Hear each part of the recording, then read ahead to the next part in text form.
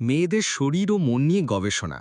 6 গর্ভফুল অর্ধেকটা তৈরি হয় মায়ের শরীরের কোষ দিয়ে, আর অর্ধেকটা তৈরি হয় ভ্রূণের শরীরের কোষ দিয়ে।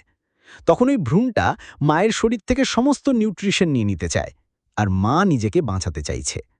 এটা লড়াই হয় ভেতরে। যখন ওই প্রক্রিয়াটা কমপ্লিট হয় না, তখন মিসক্যারেজ হয়, নির্গত হয়। আর কমপ্লিট হলেই গর্ভে বাচ্চা বড় হয়। বাচ্চা জন্মের পর প্রথম প্রয়োজনটা হচ্ছে পানির, খাবারের নয়। বাচ্চা বের হওয়ার পর বাচ্চার প্রথম প্রবলেমটা হচ্ছে রোগ থেকে বাঁচা। মায়ের গর্ভে কোনো ব্যাকটেরিয়া ছিল না। বাইরে আসার পর প্রচুর ব্যাকটেরিয়া, মাইক্রোবস, জীবাণু তাকে ঘিরে ধরে আছে। এই মাইক্রোবস থেকে বাঁচার জন্য তার শরীরে অ্যান্টিবডি দরকার। এই অ্যান্টিবডি হচ্ছে মায়ের শাল দুধ। মায়ের এই পুজের মতো হলুদ টাইপের শাল দুধ দীর্ঘকাল যাবৎ বিভিন্ন কালচারে খেতে মানা করা হতো। মনে করা হতো ওটা ক্ষতিকারক।